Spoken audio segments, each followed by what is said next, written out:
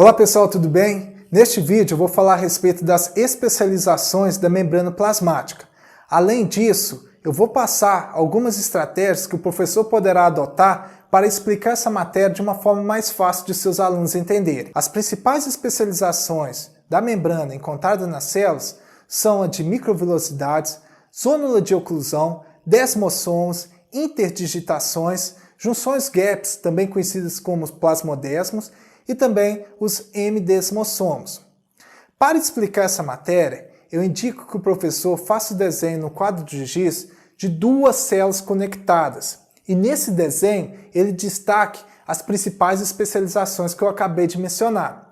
Além disso, fica mais legal a aula se for possível ter um aparelho DataShow e mostrar imagens mais nítidas de cada uma das especializações que irão ser explicadas no decorrer da aula. A primeira especialização que eu vou falar é a de microvilosidades, que fica na região superior da célula mostrada aqui ao lado. Essa especialização ela é composta por uma sequência de voltinhas, de dobrinhas, e essas voltinhas possibilitam uma maior absorção. Nesse momento é interessante o professor perguntar em qual região do corpo são encontradas células com microvilosidades. E a resposta será na região do intestino, pois lá vai acontecer a absorção dos nutrientes do alimento que a pessoa ingere. E essas voltinhas, essas microvilosidades, aumentarão a superfície de contato do tecido interno, da cavidade interna do intestino com o alimento e possibilitará uma absorção maior dos nutrientes. Essa especialização deixa a absorção muito mais eficiente do que se a parte externa da célula fosse lisa. A segunda especialização que eu vou mostrar é a de zônula de oclusão, que fica localizada entre uma célula e a outra. Continuando ainda o exemplo anterior, as microvilosidades permitem a absorção dos nutrientes para dentro da célula. Só que esses nutrientes eles devem ir para dentro da célula, eles não podem ficar armazenados entre as células.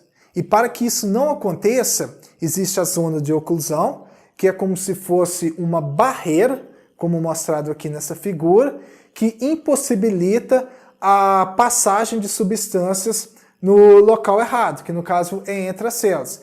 E além de impossibilitar, além de barrar, direciona com que essas substâncias sejam deslocadas para o local correto. A próxima especialização que eu vou mostrar são os desmossomos. Os desmossomos são responsáveis por conectar uma célula à outra, fazer a adesão entre as células. Os desmossomos é como se fosse grampos, na verdade ribetes, que conecta uma estrutura com a outra. Nossas células, por exemplo, as células aqui da minha bochecha, eu posso puxar minha bochecha e ela não rebenta. Por quê?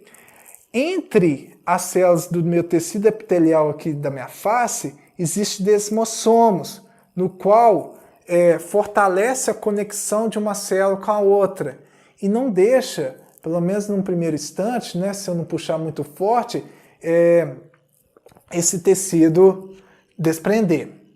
A próxima especialização que eu vou mostrar são as interdigitações, que trata-se de dobras que ficam na lateral da célula, que quando conectada a outras células com também essas dobras, ou seja, essas interdigitações, promove uma junção, promove uma adesão e é mais um fator que vai favorecer a conexão, a adesão de uma célula com a outra.